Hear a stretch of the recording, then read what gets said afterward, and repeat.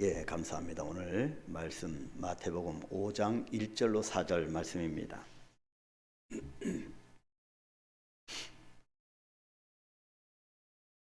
우리가 계속 마태복음 5장 1절부터 쭉 우리가 볼 텐데요. 아예 이 예수님의 산상수훈이 이 팔복을 이번 기회에 다 외워지게 되기를 소망하고, 그래서 맨 마지막 축도 전에 또 찬양도 심령이 가난한 자는 이 찬양을 계속 할 겁니다. 완전히 이 팔복을 내 신앙생활에 체득될 수 있도록 그렇게 했으면 좋겠습니다. 우리 같이 봅니다. 예수께서 무리를 보시고 산에 올라가 앉으시니 제자들이 나아온지라 입을 열어 가르쳐 이르시되 심령이 가난한 자는 복이 있나니 천국이 그들의 것이며 애통하는 자는 복이 있나니 그들이 위로를 받을 것이며. 아멘. 아멘. 여러분, 아까 사진 보여드렸던 척거트 바트라고 하는 이 목사님은 우리 이번에 9월 달에 몽골에 갔을 때 김근 집사님, 이선호 집사님 기억나시는지 모르겠습니다. 시골 교회 갔을 때 우리에게 양을 2마리 잡아준 목사입니다. 몽골에서 목회를 잘 해야 되는데 이렇게 양만 잡아갖고 양을 오히려 잡아서 우리에게 줍니다. 그래서 시골에서 원래 자랐기 때문에 몽골 사람들은 다 유목민족이잖아요. 그래서 양을 잘 잡습니다. 그래서 맛있는 요리를 해준 친구인데 우리 한강교회 방문을 했었습니다. 그럼 이 맛있는 양고기를 생각하면서 오늘은 이 말씀을 보고 영의 양식을 우리가 충분히 이렇게 풍성하게 먹는 시간 되었으면 좋겠습니다. 최근에 라디오 방송에서 한 정신과 의사가 하는 말을 듣게 되었습니다. 참 의미 있는 그런 내용이었는데, 적지 않은 분들이 스트레스를 호소하고 있다고 하는 내용입니다. 남녀노소 다, 어린아이들도 마찬가지고 현 시대는 다 스트레스에 받아서 호소하고 있다. 자, 오늘날 같이 복잡한 사회 구조와 또 미디어를 통해서 거의 모든 정치 소식, 군사, 경제, 문화, 스포츠, 심지어 아주 불필요한 잡다한 그런 정보까지 유튜브가 워낙 지금 발달됐으니까 그러니까 가짜 뉴스도 있고 잡다한 정보까지 모든 내용을 시시각각 무작위로 듣게 되다 보니까 자기와 직접적인 관련이 없음에도 아주 거대한 스트레스군에 휩싸이기 때문에 의도적이라도 단순하고 그리고 긍정적으로 생각하고 웃고 밝게 살아야 한다, 그런 내용이었습니다. 자, 그래서인지 여러분 실제로 서점에 한번 가보시면 의외로 유머에 대한 책들이 많이 있고요, 또 아주 심플 싱킹이라고 아주 단순하게 생각하기, 그런 종류의 책들이 많이 있는 것을 보게 됩니다. 이런 면에서 볼 때 현대인들에게는 좀 무거운 주제나 또 눈물이나 특히 오늘 애통과 같은 그런 말은 별로 인기가 없는 시대임에 분명합니다. 자, 그런데 교회도 이런 분위기가 있지요. 목회자의 설교도 부담을 주거나 요즘 그렇다네, 회개하라, 죄에 대한 설교 아주 인기가 없고, 자, 그리고 무거운 것보다는 짧고 간결하고 정보력이 있고 거기에 유머가 있는 것을 더 선호한다고 합니다. 이렇게 볼 때 저는 빵점인 것 같아요. 유머도 별로 없고 좀 재밌는 얘기도 설교 중에 참 녹여서 하는 목사님들 참 그런 정말 훌륭한 분들도 계시는데, 이런 면에서 보면 저는 반대인 것 같습니다. 근데요, 그럼에도 불구하고 제가 정색을 하고 싶고 위안이 되는 것은, 그럼에도 불구하고 예수님께서는 오늘 애통하는 자는 복이 있나니 그들이 위로를 받을 것이며 라고 분명히 말씀하셨습니다. 자, 지난 시간 행복의 조건 첫 번째 말씀이 뭐였죠? 심령이 가난한 자. 심령이 가난한 자는 복이 있나니 천국이 그들의 것임이라는 말씀을 우리가 들었습니다. 가난이 무엇이고 가난한 자, 심령이 가난한 자가 어떤 상태인지를 우리가 살펴보았는데, 자, 이 말씀도 역설적이었지만 오늘 행복의 조건 두 번째, 애통하는 자는 복이 있나니 라고 하는 이 말씀이야말로 역설 중에 역설적인 말씀이라고 할 수가 있을 것입니다. 그렇다면 이 애통하는 자가 어떤 의미가 있는지를 우리가 한번 깊이 들어가 보는 것이 의미가 있다 싶습니다. 저는 이 나라 민족, 이 한국과 한국교회를 한마디로 표현한다고 하면 애통하는 공동체라고 말하고 싶습니다. 제가 기억하기로는 지금부터 최소한 얼마 안 됐으면 30년, 40년, 50년 전만 해도 한국 교회의 이미지는 한마디로 애통하는 공동체였습니다. 교회 안에는 정말 눈물이 많았습니다. 자, 그리고 이 나라 민족은 어떻습니까? 전쟁의 참화가 휩쓸고 지나간 나라이며 유독 침략이 많았습니다. 전쟁의 참화가 지나간 한반도의 모습을 한번 생각해 보십시오. 먹고 살만한 시대가 된 지 그리 오래전이 아닙니다. 여러분도 뭐 논밭에 가서 뼈가 으스러지도록 일을 해오신 세대이십니다. 이것만 계속 얘기하면 청년들이 좀 약간 등을 돌릴 수 있으니까. 어찌하든지 우리가 이렇게 살아왔습니다. 먹고 살만한 시대가 된 지 그리 오래 전 일이 아닙니다. 우리는 그야말로 힘든 가난의 시대, 눈물의 시대, 애통의 시대를 온몸으로 겪으며 살아왔습니다. 그래서 우리에게는 유럽인에 비해서 이 애통이라고 하는 단어가 그렇게 낯설지만은 않습니다. 자, 그 전에 국제 NGO 단체에서 사역을 할 때, 몽골 지부장 할 때 이 태국에서 한번 컨퍼런스가 있었습니다. 각 나라의 그 지부장들이 모여서 그때 설교를 하면는데 예수 십자가의 헌신에 대해서 설교를 했는데 못 받아들이는 겁니다. 저들은 아주 이게 기뻐해야 되고 행복해야 되고 그렇게 해야 되는데, 그러니까 그만큼 애통이라는 단어는 유럽인들에 비해서 우리가 더 가깝다고 말씀드릴 수 있습니다. 저는 어렸을 때부터 교회를 다닌 사람은 아니지만 어렸을 때 교회에서 이런 애통하는 모습을 정말 많이 보았습니다. 당시 교회는 어떻게 울어야 할지 모르는 백성들에게 마음 놓고 울 수 있는 장소가 되어 주었던 것입니다. 무슨 죄가 그리도 많으신지, 그죠?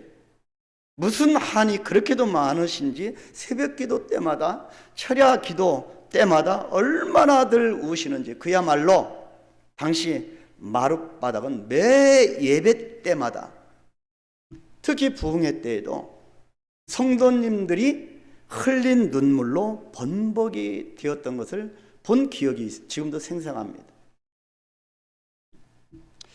물론 우는 것, 애통하는 것이 기독교 본질의 전부는 아닙니다. 기독교에는 기쁨이 있고요, 환희가 있고요, 감사와 감격과 축제적인 요소가 충분히 많이 있습니다. 또 주님도 그렇게 살기를 원하십니다. 그렇지만 우리들이 분명히 말할 수 있는 것이 있습니다. 현 시대도 마찬가지입니다. 마른 눈을 가진 신자가 모이는 교회보다 젖은 눈을 가진 성도들이 모이는 교회가 훨씬 더 은혜의 세계를 안다고 하는 사실입니다. 울어야 됩니다. 눈에서 눈물이 젖어야 합니다. 우리 한강교회는 마른 눈보다 젖은 눈을 가진 성도들이 많아지기를 소망합니다. 가난을 모르는 교회보다 가난을 아는 성도들이 모인 교회가 훨씬 더 주님의 마음을 깊이 깨달을 수 있다고 하는 것은 부인할 수 없는 사실입니다. 그런 의미에서 우리는 오늘 애통하는 자가 복이 있다라고 하는 예수님의 말씀을 경청해야 할 것입니다. 그 시대뿐만 아니라 오늘날 이 시대에도 아주 충격적인 메시지가 아닐 수가 없습니다. 그래서 우리는 이 예수님이 말씀하신 이 애통이라고 하는 단어에 조금 더 들어가서 저는 유월절이라고 하는 단어와 연관시키고 싶습니다. 일반적으로 성경에는 애통이라고 하는 단어가 9개 정도 나옵니다. 그런데 그 중에서 오늘 본문에서 예수님께서 쓰신 단어가 헬라어로는, 여러분 제가 헬라어 이 히브리어 원어를 써야 되는 이유가 아주 의미를 더 깊이 알기 위해서입니다. 자, 예수님이 오늘 애통하는 자가 보기는 이 애통이라고 하는 단어가 헬라어로는 펜세오라고 하는 단어입니다. 그런데 이 펜세오는 의외의 뜻을 담고 있는데요, 어느 정도 슬퍼하고 우는 정도가 아니라 사랑하는 사람이 한번 죽었다고 생각해 보십시다. 정말 사랑하는 사람이 죽었는데 이 죽음을 앞에 놓고 가슴을 치며 통곡하는 사람의 애통을 표현할 때 우리는 이 단어를 사용한다는 말씀입니다. 그래서 이 펜세오는 보통 애통이 아닙니다. 숨이 끊어질 것 같은 슬픔입니다. 그러니까 숨이 끊어질 것 같은 애통, 슬퍼하지 아니하면, 슬퍼하는 자가 복이 있다 말씀하시는 겁니다. 이 펜세오의 가장 극렬한 애통을 가장 잘 묘사한 말씀이 창세기 37장에 나오는 야곱의 애통에 대한 이야기가 대표적이라고 할 수 있습니다. 야곱에게는 12아들이 있었지요. 그중 가장 사랑하는 아들이 누굽니까? 요셉이었습니다. 그런데 이 요셉이 하루아침에 행방불명이 되어버린 겁니다. 사실은 형들이 미움을 샀지요. 미움을 사서 꿈 때문에, 꿈을 해몽하는 것 때문에 미움을 사서 애굽에 팔려버렸습니다. 그렇지만 이것을 숨기려고 형들이 요셉의 옷에 피를 묻혀서 짐승들이 해하였다고 거짓 진술을 아버지한테 한 겁니다. 이 소식을 들은 이때 이 아버지 야곱은 옷을 갈기 찢고 극명한 슬픔에 빠지게 된 겁니다. 갈기 찢으면서 허리에 굵은 배를 두르고 땅을 치면서 식음을 전폐하고 먹을 수가 없는 겁니다. 날마다 통곡했습니다. 이렇게 가장 사랑하는 자식의 죽음 앞에 애절하게 통곡하는 모습이 바로 주님께서 사용하신 펜세오 이 애통인 것입니다. 이렇게 숨이 넘어갈 정도로 애통하는 자가 복이 있다는 말씀입니다. 이렇게 이 애통이라는 말의 뜻이, 예수님이 말씀하시는 이 애통이라는 말이 뜻이 이렇게나 강하고 인생의 가장 절망적인 순간에 갖게 되는 아프고 슬픈 감정의 단어라고 하면 이 펜세오의 애통은 내 삶 속에서, 우리들의 삶 속에서 적용하기가 그렇게 쉽지는 않을 것입니다. 어떻게 맨날 이렇게 울고 맨날 이 슬픔 가운데 있을 수 있겠습니까? 어떻게 인생을 살아가겠습니까? 그래서 예수님 애통하는 자가 복이 있다고 하는 말을, 그래서 역설 중에 역설이라는 말씀입니다. 받아들이기가 좀 어렵습니다. 이해하기가 좀 어렵습니다. 어떻게 극도의 슬픔으로 날마다 울 수가 있겠습니까? 아무리 복이 있다 이 주님이 말씀하셨더라도 어떻게 이런 애통을 우리들의 삶의 현장에서 계속 이어갈 수 있겠습니까? 그렇다면 주님이 우리의 연약함을 아시는 주님이 말씀하시고자 하는 진정한 애통에 또 다른 의미가 분명히 있다고 하는 것을 우리는 짐작할 수 있습니다. 예수님이 굳이 애통의 정도가 가장 강한 이 펜세오의 단어를 사용하신 이유가 무엇일까요? 우리는 그 이유를 이 펜세오 단어의 어원에서 찾아볼 수 있습니다. 오늘 예수님께서 본문에서 사용하신 이 펜세오라고 하는 이 단어는 놀랍게도 그 어원이 히브리어의 페사흐라고 하는 단어에서 파생된 단어입니다. 페사흐. 이 헬라 펜세오가 히브리어 페사흐에서 나왔다는 것입니다. 자, 이 단어가 왜 놀랍냐 하면 이 페사흐라고 하는 단어의 뜻이 첫 번째가 애통하다, 슬퍼하다인 동시에 두 번째가 중요합니다. 뛰어넘다라는 뜻을 갖고 있습니다. 뛰어넘다가 뭡니까? 패스오버, 유월절입니다. 유월절을 뜻하는 단어이기 때문에 우리가 쉽게 넘어갈 수 없는 단어입니다. 다시 말해서 주님께서 본문에서 말씀하신 애통이 원어적으로 유월절을 뜻하는 단어와 연결되어 있다는 말씀입니다. 그렇다면 어떻게 애통이 유월절 사건과 연결되어 있을까? 지금 산상수훈에서 예수님이 말씀하시는 이 팔복, 애통하는 자가 복이 있다라고 하는 이 애통이 어떻게 유월절 사건과 연결되어 있을까? 유월절 사건은 여러분 잘 아시다시피 애굽에서 430년 동안 종살이 하던 이스라엘 백성들이 애굽을 떠나서 하나님의 약속하신 땅으로 이 애굽을 나아가야 하는데 애굽이 방해합니다. 이 행로를 거역하고 방해한 애굽 땅에 내렸던 10가지 재앙 중에 그 견딜 수 없는 10가지 중에 마지막 재앙, 장자 죽음의 재앙이었습니다. 그리고 유월절 사건은 그날 밤에 어린 양의 피를 문 임방과 좌우 설주에 바른 집은 어떻게 됩니까? 이 죽음을 면할 수 있게 되는 겁니다. 그래서 유월절의 은혜를 경험한 날이기도 합니다. 그래서 유월절이 굉장히 중요한 의미가 있는데, 여러분, 하나님의 역사를 방해하는 자는 장자들의 죽음의 통곡이 있었고, 또 좌우 임방에 어린 양 피를 바르는 이 가정은 완전히 죽음이 뛰어넘어가는, 살아나는 그런 은혜를 경험한 이 두 가지의 사건이었습니다. 우리 한번 같이 읽어볼까요? 출애굽기 12장 21절로 23절입니다. 같이 보겠습니다. 모세가 이스라엘 모든 장로를 불러서 그들에게 이르되 너희는 나가서 너희의 가족대로 어린 양을 택하여 유월절 양으로 잡고 우슬초 묶음을 가져다가 그릇에 담은 피에 적셔서 그 피를 문 임방과 좌우 설주에 뿌리고 아침까지 한 사람도 자기 문 밖에 나가지 말라. 여호와께서 애굽 사람들에게 재앙을 내리려고 지나가실 때에 문 임방과 좌우 설주의 피를 보시면 여호와께서 그 문을 넘으시고 멸하는 자에게 너희 집에 들어가서 너희를 치지 못하게 하실 것임이니라. 아멘. 느껴지시지요?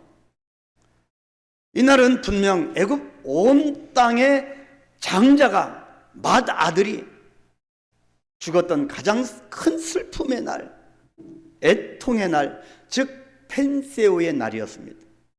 말할 수 없는, 견딜 수 없는 슬픔의 날이었습니다. 야곱이 자신의 가장 사랑했던 요셉이 죽은 줄 알고 애통했던 것과 마찬가지로 자신의 자랑이요 또 쉼의 원천이었던 기쁨의 시작이었던 장자의 죽음 앞에서 모든 애굽 땅은 애통, 펜세오 할 수밖에 없었던 것입니다. 사랑하는 남편이 죽거나 또 아내가 죽거나 이 배우자가 죽는 것 가장 큰 스트레스라고 하잖아요. 그 슬픔입니다. 그런데 동시에 이스라엘 백성 역시도 그날 밤 온 땅을 뒤덮은 죽음의 공포에 휩싸여서 구원을 받으면서 경험하게 된 또 다른 애통의 시간이기도 했다는 것입니다. 구원받았는데 왜 애통일까? 뭔가 수상하지 않습니까? 죽음이 나를, 우리 집을 뛰어넘어 우리는 살게 됐는데 왜 또 다른 고통일까요? 그날 밤 그 죽음의 영이 내 집과 나를 뛰어넘어갈 때 어떤 생각이 들었을까요? 이스라엘 백성들은 그 참혹한 현장에서 울음이 터지는 그 현장에서 자기 집만 뛰어나가는 겁니다. 그 죽음 앞에서, 그 참혹한 광경 앞에서 어떤 생각이 들었을까요? 패스트나 이런 전염병이 돌아가듯 수많은 사람들이 죽어갈 때 어떤 생각이 들까요? 그야말로 아무것도 할 수 없는, 내가 여기서 어떤 것도 할 수 없는 절대 절망의 가난한 심령이 되어서 내 힘과 내 능력이 아닌 오직 어린 양의 피가 나를 살린다고 하는 사실을 절절히 깨닫게 되었을 것입니다. 이 죽음 앞에 내가 할 수 있는 것은 전 하나도 없고 오직 어린 양 피만이 유일한 길이다. 그것을 깨달았을 것입니다. 제가 그 전에 말씀드렸잖아요. 영하 50, 55도에서 완전히 몇 시간 동안 죽을 고비 앞에서 아무것도 할 수 없는 내 자신을 발견했다. 절망입니다. 그래서 세상 사람들에게는, 어린 양이 없는 세상 사람들에게는 가장 사랑한 아들을 잃은 펜세오의 가장 큰 슬픔이지만, 어린 양이 있는 나에게는 페사흐, 6월절의 애통이 시작되는 시간이 되었던 겁니다. 이스라엘 백성들이 그날 문설주와 임방에 바른 어린 양의 피는 친히 6월절의 어린 양이 되셔서 죽음에 내몰렸던 나를 구원하신 예수 그리스도입니다. 어린 양이 되신 예수님이 친히 말씀하십니다. 펜사호와 이 페사흐의 이 애통이라고 하는 단어를 사용하시면서 말씀하시는 것입니다. 마태복음 26장 2절에 너희가 아는 바와 같이 이틀이 지나면 6월절이라 인자가 십자가에 못 박히기 위하여 8일이라 하시더라. 6월절에 어린 양이 되신 친히 우리의 구원을 위해서 십자가에 죽으신 겁니다. 피를 좌우 임방에 뿌리신 겁니다. 6월절 그날 밤 온 애굽의 장자들을 죽인 심판의 그 죽음의 공포 앞에서, 그리고 그 하나님의 절대적인 임재 앞에서 통곡할 수밖에 없었던 자신의 모습을 보면서 나는 아무것도 할 수 없는 무력한 존재임을 통곡하면서 그런 나를 위해 주님이 친히 어린 양이 되셨다고 하는 진리를 깨달으면서 그때야 비로소 갖게 되는 새로운 애통, 즉 6월절 어린 양 되시는 예수님을 만난 자만, 진짜 만난 자만이 경험하는 자기 부인, 자기 죽음, 자기 부인의 애통, 자기 죽음의 애통이라고 할 수 있습니다. 이것이 신앙생활입니다. 여러분, 신앙생활에서 가장, 지금까지 여러분 신앙생활 해오시면서 가장 어려운 게 무엇일까요? 기도 생활일까요? 금식일까요? 한번 생각해 보십시오. 지금까지 신앙생활 할 때 여러분이 가장 어려운 게 뭐였습니까? 전도일까요? 헌신일까요? 아니면 순종일까요? 어떠한 하나님의 말씀 앞에 순종하는 것, 세워진 리더십 앞에 순종하는 것, 이것도 잘 안 됩니다. 그죠? 어떤 것이 여러분 가장 어려웠습니까? 이는 모든 것이 아니라는 것입니다. 자기 부인입니다. 자기 죽음이 가장 어렵습니다. 내가 죽는 겁니다. 내 자아가 완전히 거꾸러뜨리는 것이 가장 어렵지 않겠습니까? 자기가 사는 성도가 많은 교회는 주님이 원하시는 대로 갈 수가 없습니다. 자기 부인과 자기 죽음이 없는 기도와 금식과 전도와 헌신과 순종은 결국 누구를 위한 것입니까? 자기를 위한 겁니다. 결국 자기의 만족과 자기의 야망을 채우기 위한 것, 또는 그것도 아니면 그런 것들을 대신하는 도구가 될 수 있다는 것입니다. 그래서 주님이 진정한 나의 주인이 못 되고 항상 내가 내 삶의 주인이 되는 겁니다. 제가 지금까지 선교와 목회 사역을 돌아보면서 가장 절감하는 부분이 바로 이 부분입니다. 내 자신도 마찬가지입니다. 자기 부인과 자기 죽음은 정말 너무 힘이 듭니다. 안 됩니다. 자기 부인이, 자기 죽음이 가장 어려운 이유가 무엇일까요? 자기를 모르기 때문입니다. 내가 나를 잘 모르기 때문입니다. 하나님 앞에 서 있는 구원받은 내가 누구인지 아직 모르기 때문입니다.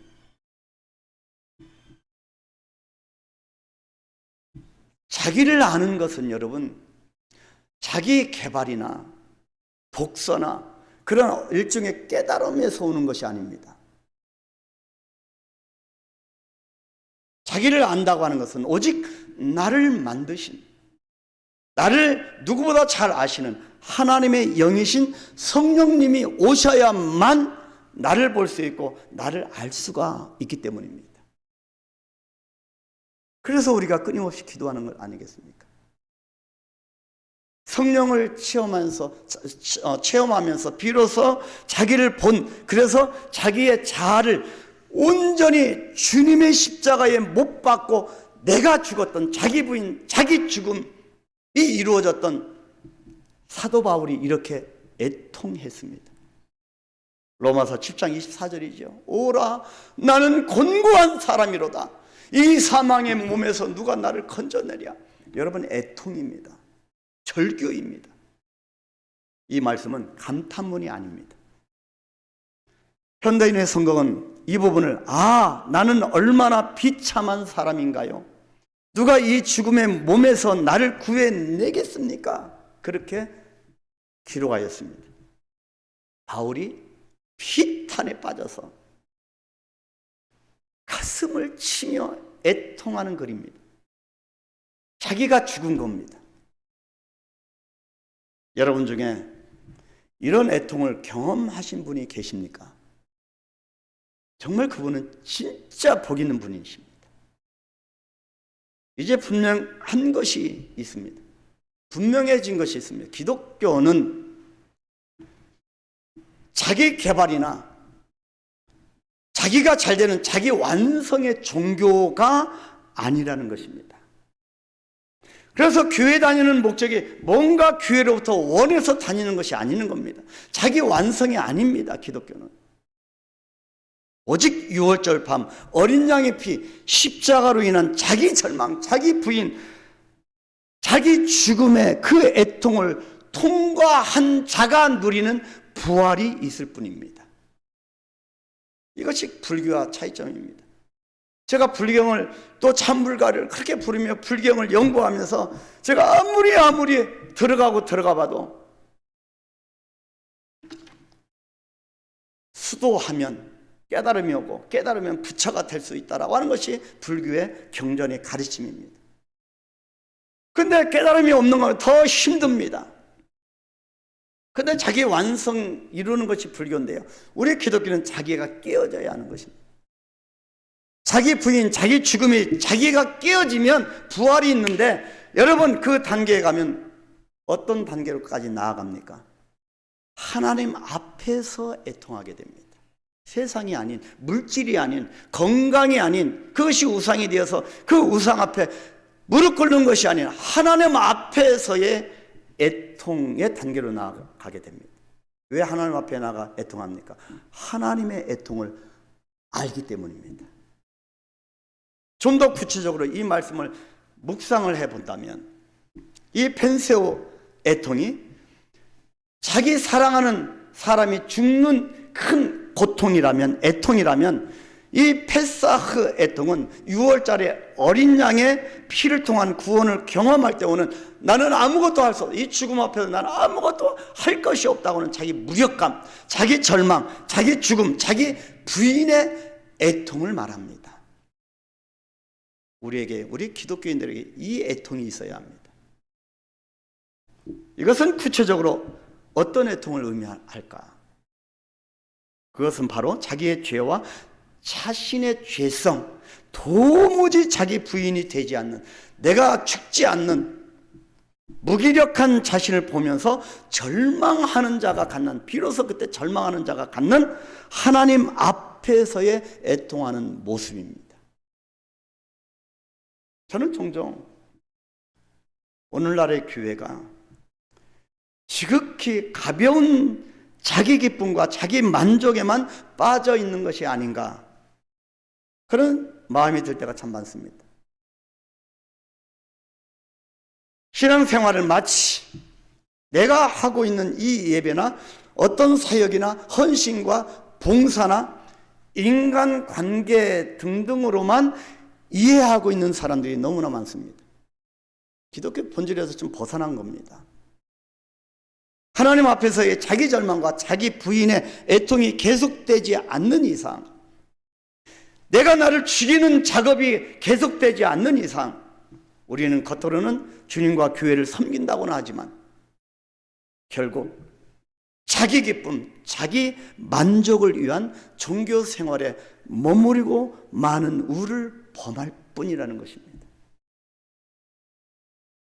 그리고 적지 않은 그리스도인들이 오늘 주님이 말씀하신 이 애통을 자기의 삶에서 오는 연민의 눈물로만 착각하고 있지 않나 하는 그런 안타까움도 있습니다.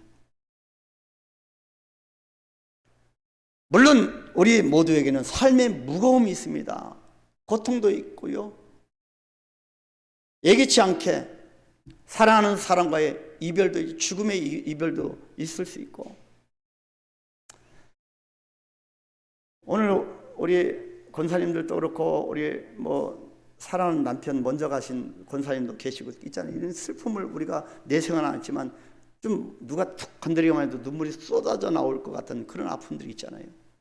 사랑하는 사람과의 이별도 있고, 또 장기간의 투병 생활을 하는 분도 계시고, 회복의 기미가 보이지 않는 물질적인 절망감을 안고 살아가는 분도 있고, 삶을 괴롭히는 상처받은 마음, 이런 마음 등이 있을 수도 있습니다. 이것들을 애통이라고 할 수도 있습니다. 그러나 오늘 주님이 말씀하시는 애통이 그저 나의 연민과 이런 것들을 위한 그런 고통에 머무른다면, 삶의 무게에서 오는 정도의 애통에서 멈추어진다면 너무나 안타까운 일입니다.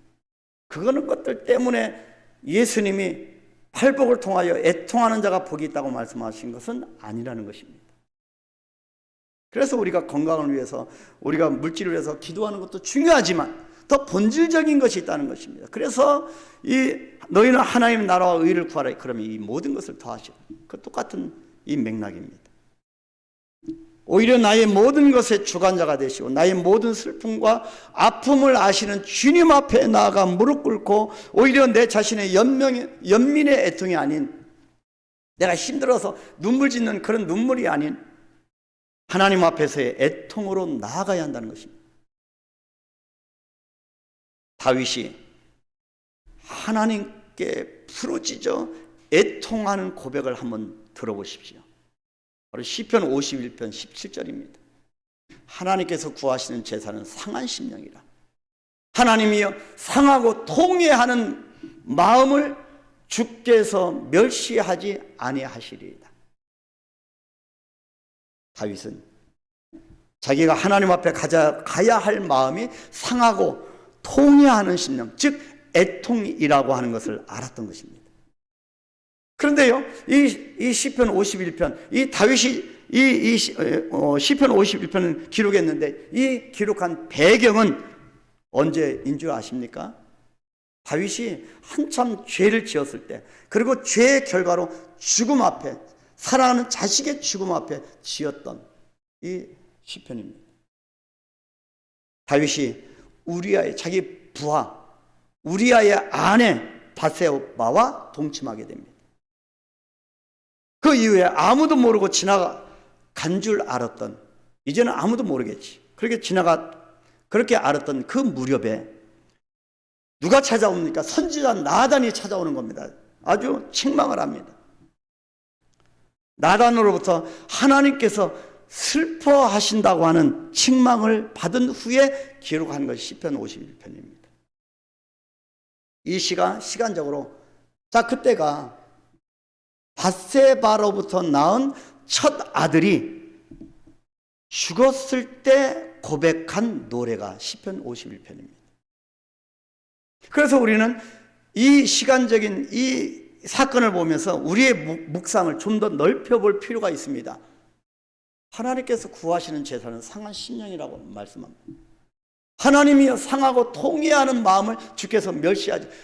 사랑하는 자식이 죽은 그 슬픔 앞에서 펜세오의 고통에 애통하는 심령 가운데 하나님 앞에 나아갔던 겁니다. 사무엘상 12장에 보시면요, 나중에 한번 좀 읽어보십시오. 사무엘상 12장에 보면 다윗은 자기 아기가 죽어간다는 소식을 들으면서 음식을 전폐합니다. 음식을 전폐한 채로 오직 하나님께 매달립니다. 아버지의 마음이잖아요. 얼마나 마음이 힘들었겠습니까? 그야말로 자식의 죽음에서 오는 펜세오의 애통이었을 것입니다. 그런데 하나님이 결국 그 아이를 데려가십니다. 이 아들이 죽었습니다. 우리아와 더불어 동침한 후에 어떻게 보면 불륜이죠. 근데 그 자식이 죽었습니다. 하나님이 데려갔습니다. 다윗은 신하들로부터 아이가 죽었다고 하는 소식을 듣게 됩니다. 그런데 이 이후에 다윗의 행동을 보니까 정말 좀 이상합니다. 죽음 앞에 더 슬퍼하고 그럴 텐데 사무엘하 12장 19절로 20절을 보니 한번 같이 읽겠습니다. 다윗이 그의 신하들이 서로 수군거리는 것을 보고 그 아이가 죽은 줄을 다윗이 깨닫고 그의 신하들에게 묻되 아이가 죽었느냐 하니 대답하되 죽었나이다 하는지라. 다윗이 땅에서 일어나 몸을 씻고 기름을 바르고 의복을 갈아입고 여호와의 전에 들어가서 경배하고 왕궁으로 돌아와 명령하여 음식을 그 앞에 차리게 하고 먹은지라. 오히려 자식의 죽을 것 같은 그 고통을 안고 그렇게 몸부림쳤던 애통했던 이 다윗이 죽은 이후에는 어떻게 됩니까? 음식을 먹은 겁니다. 깨끗하게 옷을 입고 정갈하게 하고 음식을 먹은 겁니다. 어떻게 이것이 가능할까요? 너무 냉정하게 보이기까지 합니다. 사람이 어떻게 이럴 수 있지? 그런데요, 가만 보십시오. 다윗은 자기 자식을 위해서 금식하면서 죽도록 애통했지만 하나님께서 아이를 데려가시는 순간 다윗은 더 이상 자신의 애통에 머물지 않고 하나님 앞으로 나아가는 모습을 보입니다.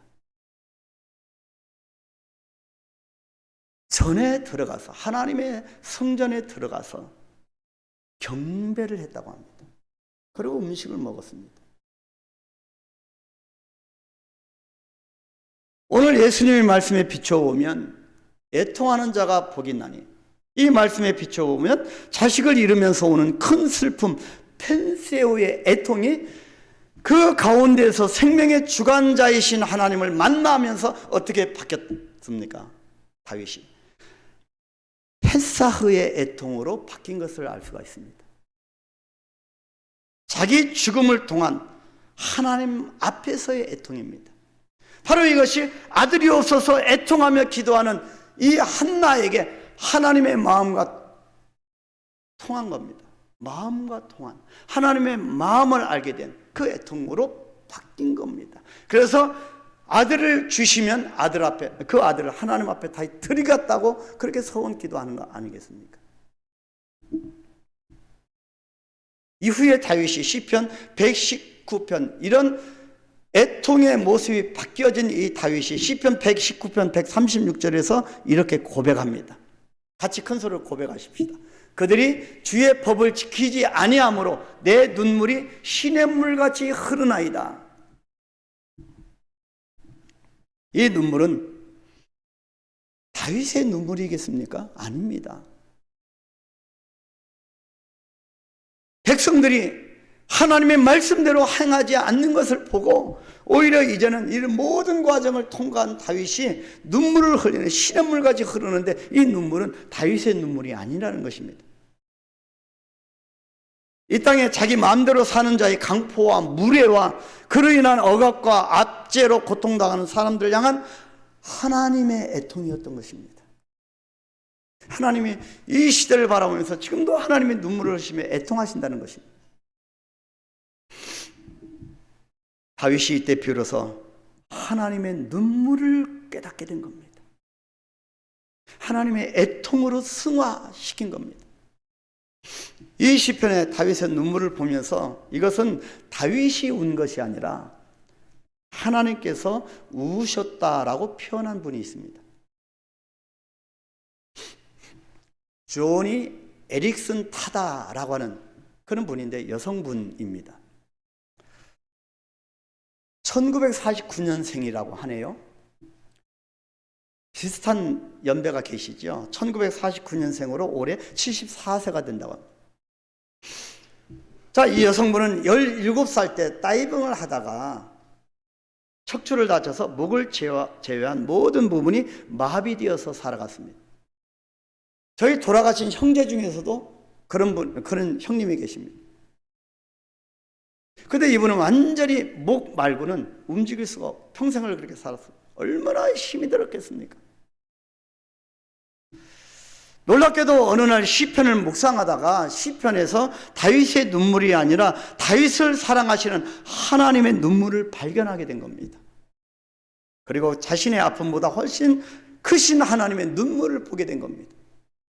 자기가 이렇게 고통하고 정상적이지 않은 삶을 살아가는 나보다 더 아파하시는 하나님의 눈물을 발견하게 된 겁니다. 하나님이 아파하시는구나. 하나님이 나를 보고 울고 계시는구나. 이 사실을 깨닫고 나서 구원의 감격을 그렇게 회복하게 되었고, 이후에 이 사람은 세상에서 애통하는 자들을 찾아다니면서 이 하나님의 눈물, 이 하나님의 애통을 전하는 그런 삶을 살고 있다고 합니다. 여러분, 어떤 애통이 있으십니까? 자식이 정상적이 않아서 고통스럽습니까? 또 남편과 또 여러 가지 우리 가정이 정말 어떤 여러 가지 남이 갖지 못한 슬픔과 아픔 때문에 애통하십니까? 하나님의 애통을 알고 하나님의 눈물 속에 들어가는 자는 복이 있습니다. 오늘 예수님이 그 부분을 말씀하시는 겁니다. 사랑하는 성도 여러분, 어떤 성도가 행복하고 복이 있을까요? 복이 있나니 최상의 행복, 그러죠? 자기의 애통에서 멈춘 자가 아니라 내가 아파하는 것보다 더 아파하시는 하나님의 눈물과 애통을 가진 성도입니다. 하나님의 눈물과 애통의 마음으로 자기를 보고, 그리고 세상의 영혼들을 보는 성도가 가장 복된 성도입니다. 따라서 행복의 조건 두 번째가 애통하는 자입니다. 애통하는 자는 어떤 자입니까? 하나님 앞에서 자기의 죄와 죄성을 보고 절망하고 슬퍼하는 자입니다. 하나님을 떠난 결과로 인하여서 세상에 만연한 죄악을 보고 하나님 앞에서 엎드리는 자입니다. 또 피조물의 아픔과 고통의 탄식 소리에 귀를 기울이는 자입니다. 여러분, 환경운동 하는 분도 계시잖아요. 여러분, 이 환경이 얼마나 망가지고 있습니까? 이 모든 이 자연도 통곡하고 탄식한다는 것입니다. 거기서 귀를 기울이는 자가 복되다고 합니다. 가난한 자와 포로된 자, 갇힌 자의 아픔 앞에 하나님의 마음을 가지고 그 아픔에 동참하는 자입니다. 나만 겪는 슬픔인지 아십니까? 정말 나만 겪는 불행인 줄 아십니까? 그렇다면 왜 불행을 하나님이 주셨을까요? 그 불행을 보고 하나님이 더 눈물을 짓는다는 것입니다. 내 자식이 정말 남 자식처럼 잘 됐으면 좋겠는데 왜 이 모양일까? 한숨만 나오십니까? 하나님이 더 눈물을 흘리시고 더 안타까워하신다는 겁니다. 이 자식을 나에게 주신 이유는 나를 믿고 이 자식을 잘 양육하라고 하는 하나님의 사인, 하나님의 애통이라는 것입니다. 그 애통을 알아야 합니다. 이렇게 애통하는 자에게 주님은 그들이 위로를 받을 것이라고 분명하게 말씀하십니다. 이것은 사람의 위로가 아닙니다. 이 위로라고 하는 헬라는 또 헬라가 뭐라고 어떻게 들어가십니까? 파라클레오입니다. 파라클레오. 이 위로라고 하는 단어 파라클레오인데요. 여러분, 이 단어는 보혜사 성령님을 뜻하는 파라클레토스의 동사형입니다. 위로는 파라클레오, 위로하다는 파라클레토스입니다. 그래서 이 단어는 위로를 받을 것이다 라고 번역을 해도 되지만 정확한 뜻은, 원어적인 표현은 애통하는 자가 복이 있나니 성령님께서 만져주실 것이다 입니다. 성령님께서 만져주실 것이다. 파라클레토스. 하나님의 마음, 하나님의 눈물, 하나님의 애통을 가진 자는 하나님께서 친히 위로해 주신다는 겁니다. 이것은 유월절 어린 양의 피 앞에서 세상의 애통을 자기 죽음, 자기 부인의 애통으로 경험한 하나님의 자녀가 소유하게 되는 하나님의 애통인 것입니다. 이렇게 애통하는 성도가 복이 있다고 말씀하십니다. 그 성도는 성령님께서 친히 만져주시기 때문입니다. 어떤 슬픔이 있어도, 어떤 물질의 그런 절망감이 있어도 성령님께서 위로하시고 만져주신다는 것입니다. 이것이 위로라는 것입니다. 정말 애통하는 여러분들에게 최고의 위로, 성령님의 만져주심, 최고의 행복이 임하게 되시기를 주님의 이름으로 축복합니다. 우리 한번 기도